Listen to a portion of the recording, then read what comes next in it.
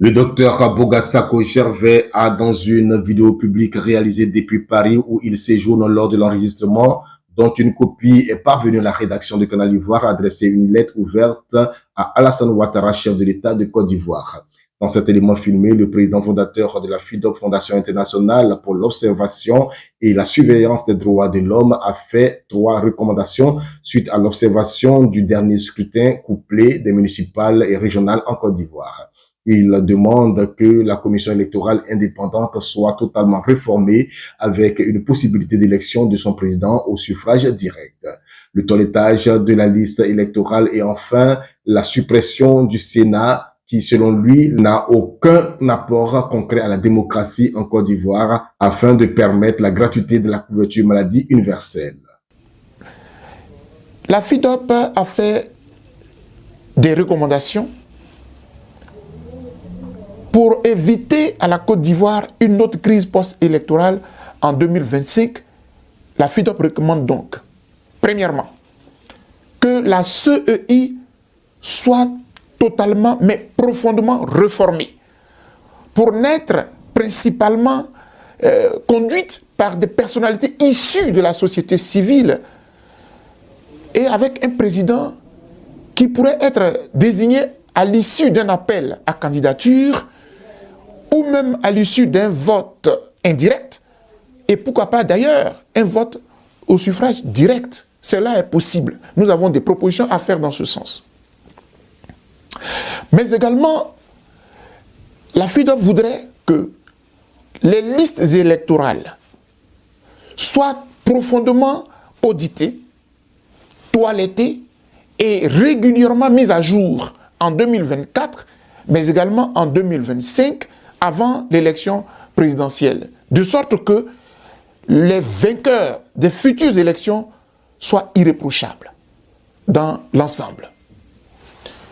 Troisièmement, enfin, s'agissant du Sénat, dont les 2/3 sont élus et un tiers nommé de façon discrétionnaire par le président de la République, la FIDOP réitère son point de vue, qui est le suivant.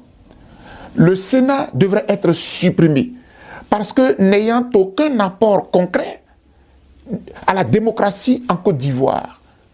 Et par là, une telle suppression pourrait permettre à l'État de Côte d'Ivoire de faire face aux détresses réelles des populations, notamment en matière sanitaire, en rendant par exemple gratuite, mais totalement gratuite, l'assurance maladie universelle ou la couverture maladie universelle. Monsieur le Président de la République, qu'il vous plaise, au nom de la préservation de la paix sociale en Côte d'Ivoire et au nom du renforcement de la démocratie, qui est une garantie pour les droits de l'homme, qu'il vous plaise, dis-je, d'accéder à la présente requête de la FIDOP dans la perspective d'une élection présidentielle apaisée en 2025.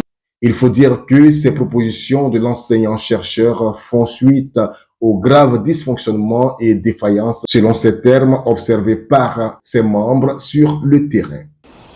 Les observateurs indépendants ont rendu des comptes rendus très objectifs, sans aucun parti pris, dont la mise en commun nous a permis de produire un rapport complet des élections du 2 septembre 2023. Et ce rapport a été rendu public le 5 septembre dernier.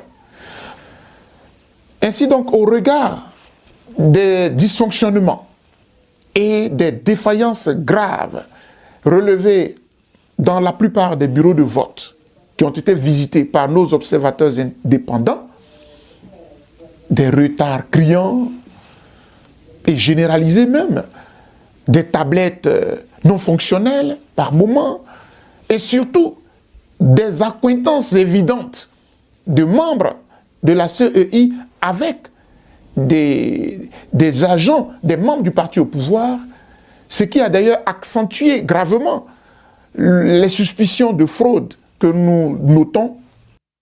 S'il est vrai que ces 3 propositions au regard de l'actualité en Côte d'Ivoire sont opportunes et pertinentes, une question nous a été posée alors que nous travaillions sur votre déclaration, Monsieur le Président. Pourquoi est-ce depuis Paris que vous dénonciez les graves défaillances et accointances des membres de la CEI et ceux du parti au pouvoir, là où le 5 septembre dernier, vous disiez à Abidjan que vous n'avez constaté aucun acte de fraude? Voilà, mesdames et messieurs, merci d'avoir suivi cet élément. Ne manquez pas de liker, de vous abonner, partager massivement et laissez surtout vos avis en fonction du message perçu.